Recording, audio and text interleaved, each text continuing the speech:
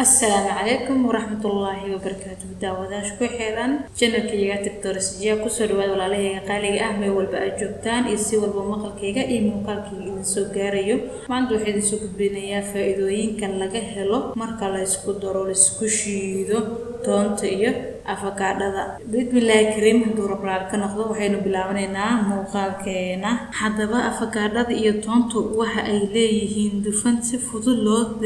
loo diyaarin karo oo caafimaadka u wanaagsan sida hal xabo oo afakaadho ah 4 jeex ama 4 xabo oo toonta hal xabo ah oo 4 xabo laga dhigay oo toon ah malqacad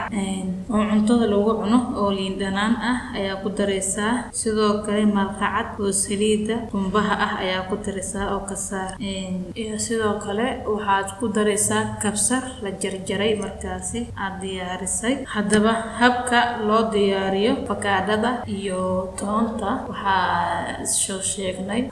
hal xabo oo afakaadho ah inaad jarjarto sidoo kale 4 mid oo markaasi toon ah inaad ayadana jarjarto kadibna aad ku darsato markaasi qaando oo ama malqacad sida u taqaano qaantada cuntada lagu cuno oo saliid ah oo saliid qumbaha ah sidoo kale iyo malqacad oo saliid ah oo saliida afwan saliida maahan malqacad oo dhanaan ah ayaa ku dareysa kadibna sidoo kale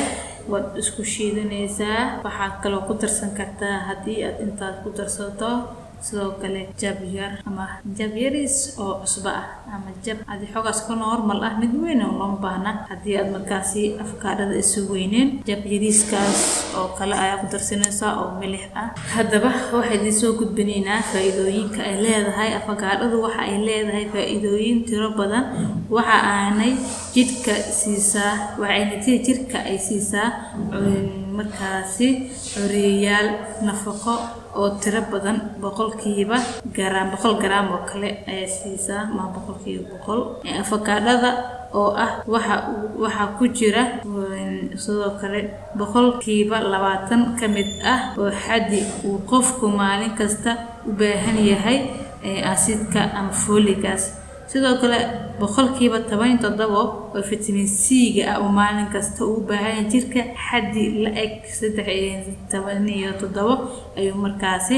baahan yahay boqolkiiba 26 vitamin K ga ah ayuu u baahan yahay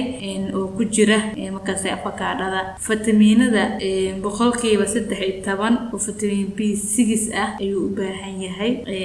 qofka ama maalin kasta xaddi ku filan boqolkiiba 14 oo vitamin B6 ah vitamin B5 ah afwan vitamin B5 ayuu u baahan yahay inuu isticmaalo sidoo kale waxa laga helaa potassium potassiumka oo markaasi ay ka badan tahay xaddi ahaan inta aan ka helno marka isticmaaleyno muuska